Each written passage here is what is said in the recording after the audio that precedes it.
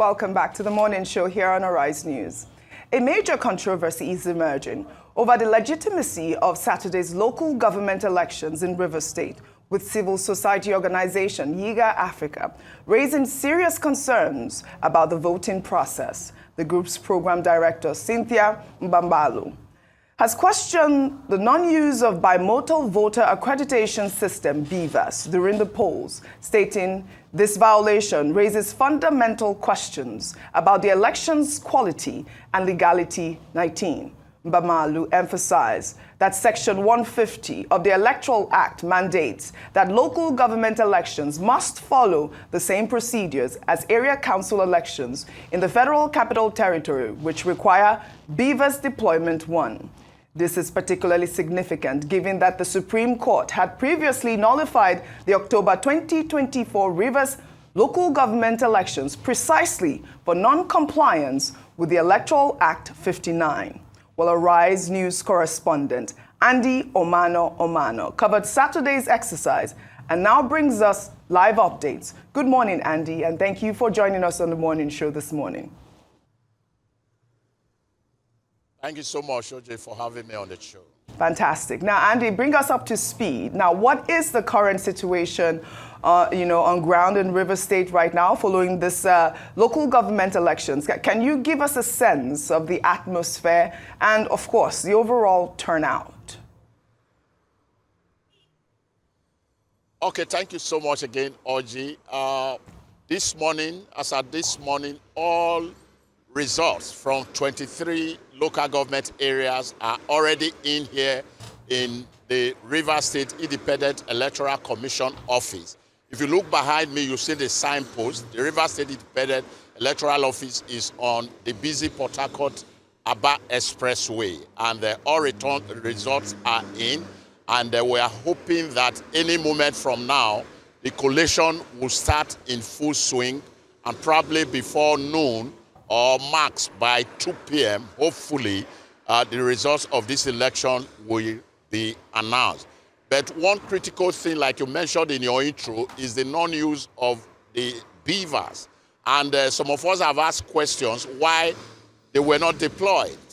Just that the commission had said, well, they needed to run because of inavailability, because even as at yesterday, elections did not commence not until in some polling booths and local government areas, not until around 10:30, 11, because of logistical issues.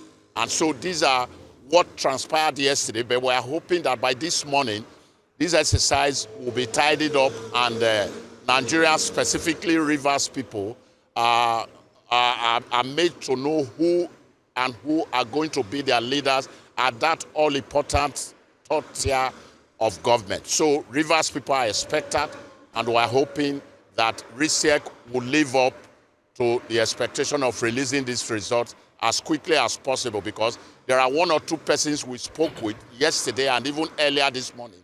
They have said that if the commission had tidied up its loose end, there is no reason why the results should not have been released as we speak.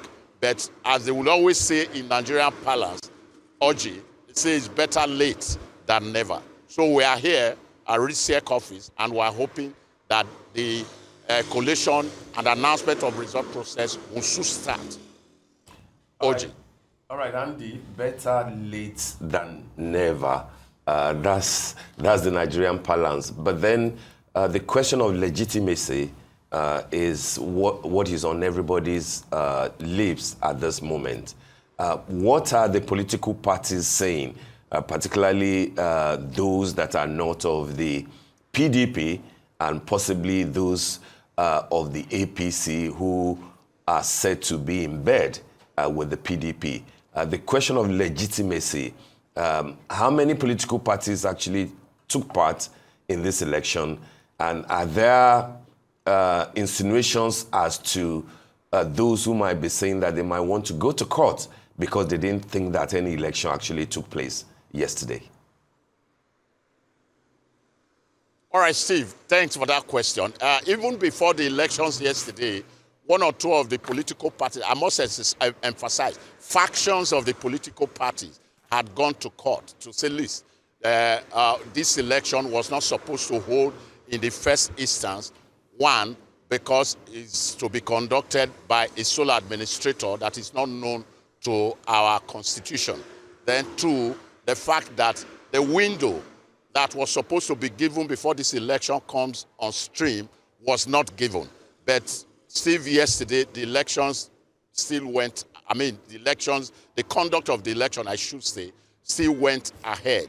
What is the level now? Again, the political parties that participated, 18 of them indicated interest to participate in this election.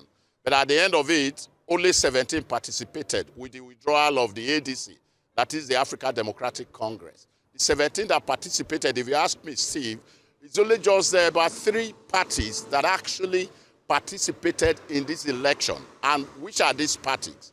The All Progressives Congress, the People's Democratic Party, and the Labour Party. And of these 3 parties that participated, it's only a fraction of them that participated, because in Rivers here, All Progressives Congress is factionalized. You have the Emeka Beke faction of the party, as well as that faction led by Tony Okosha. Then in PDP, you have the Chukwuemeka Aaron faction, and the other faction led by the man who is sympathetic to Governor Sim Fubara. Labour Party, the same thing. So that is what is playing out here. But the factions that participated are telling you, those who participate, the faction, members of the factions that participated, are saying that the election is credible, that RISEC met the window that was supposed to be given before the election is conducted. Even the electoral umpire is also saying that they are riding on the election timetable set by their predecessor, that is the board of RISEC that was dissolved by this sole administrator. So all these are coming to bear on whether the legitimacy is there or not. Why one faction is saying this election is illegitimate and is ordinarily supposed not to have been held, others are saying, listen, we need to move on because there can be no room for a vacuum, especially when those at the local government areas who are superintending the local government areas, Steve, as we speak today, are administrators also appointed by the sole administrator at the center, that is the state level, who many feel that he should have no business being in Rivers State. But of course, you know the history. He was appointed as soon as the state of emergency was declared about 6 months ago, and that is where we find ourselves. Probably at the end of it, some may choose to go, to take to litigation. Others may just want to look the other side. But what we believe is, what I see is the fact that the ordinary Rivers patron, a woman who, you know, we have a good chunk of population, not just in Rivers State, but other states. Whether the governors are yearning for is the one that legitimate or illegitimate, really cannot put a finger as we speak. Steve. All right, Andy, we've spoken at length about legitimacy and all that. And we know that these elections, were held amidst a significant controversy, precisely the state of emergency, as you have highlighted. I'd like to know how this controversy and this backdrop affected the voting process, as well as public's perception of the polls. And I'd like for you to dive deeper into this allegation. We've heard reports of candidates from other parties stepping down in support of the APC during the election. I'd like to know if this is true and the significance of this political realignment and what it suggests about the political landscape in Rivers State at the moment. Fact, in the election held yesterday, Member and Rivers other states, especially in the region, are really PDP. Has been dominated by the major political Orji. All right, Andy. 20. Andy, Yes. unfortunately, we cannot hear you. Yes, your signal, we're losing you. I'd like for you to please repeat what you've just said, because we lost half of what you said earlier. Okay, I was just about saying that between 1999 and today, Rivers State has been governed by the PDP, the major opposition political party. But all that did not come to play in yesterday's election, because when the primaries were conducted, 23 chairmen emerged. And of those 23 chairmen that emerged, Orji, 20 of them were of the APC, leaving just 3 to the PDP. And one intriguing part of it, Orji, is the fact that of these 20 that emerged on the platform of the All Progressives Congress, they were originally members of the PDP. Some of them have had their first tenure as local government chairman on the platform of the APC.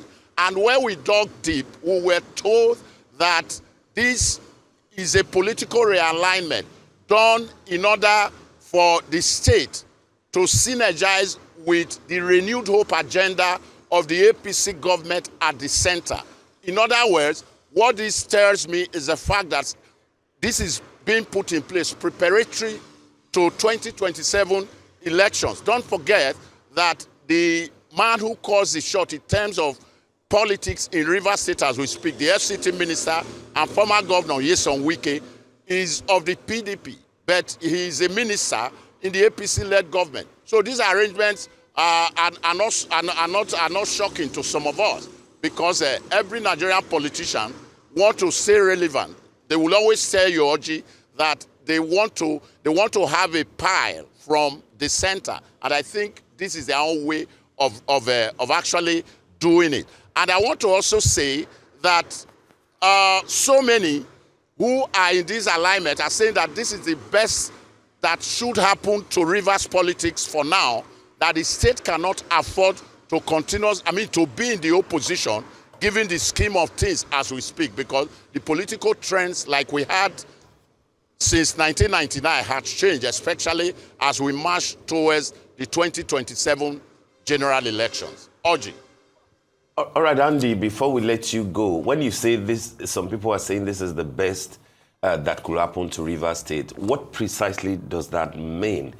Is this a question of a kind of alliance between the PDP and the APC going forward to the 2027 general elections? Is this about Wike and his influence over Rivers State's election, or this is just a kind of piece of the graveyard just to allow things to be okay while, everybody pretends that, this is how it should be? Well, Steve, two major dimensions to it. There are those who believe that this is coming, this political realignment is coming in order to keep the FCT minister and his good follower, his chunk of followers, relevance in political development in Nigeria. Especially, you and I know what is happening to the major opposition political parties, the PDP. Since last year's prior to last year's election, 2 years ago, prior to 2023 elections, and even after the elections, you and I know, Steve, again, that party has not known peace. And right now, as we speak, the PDP is in tatters. And so people are saying, rather than continue to remain in a house that has not been able to rein in those who should do the right thing and be able to form a formidable front for the 2027 election, is rather to realign with the party at the center so that the state will not completely lose out of it. Then two, there are those who think also that, Nigeria politics specifically, or it's a couple of years now, is what you can get out of what is on ground. And so what sense will it make to continuously hold on to a sinking ship, as in the case of PDP? So I think this is what he's playing at. One, specifically for the man who is calling the shots here politically, Then two, for those who want to remain relevant, to them, they would always latch on to the fact that they will not want their dear Rivers State to be out of the contest when it comes to getting something from the national cake. But we're all living we're all living witnesses to how Nigeria brand of politics go. First of all, it is determined by self, then before the people's interest. Steve. All right, Andy, before we let you go, were there any reports of violence or security breaches during the election yesterday? None to my notice, because we had the opportunity of monitoring the election in about 7-8 local government areas yesterday. Up until this moment, we've not seen any security breaches. We've not heard, rather, of any security breaches at all. The only thing that we later discovered yesterday was that that ballot box thumbprinting that went viral later in the evening yesterday, and that happened somewhere in Emoha, according to people who were there, because as at when that happened, we had left that particular local government area during our course of monitoring. But for security breaches, I think we should give it to the security agencies led by the Nigeria police. I'm not trying to sound their trumpet here, but I think for the first time in Rivers politics, in election, especially at the local government level, we know how it goes here, Oji. But yesterday, it was a different ball game, I must report.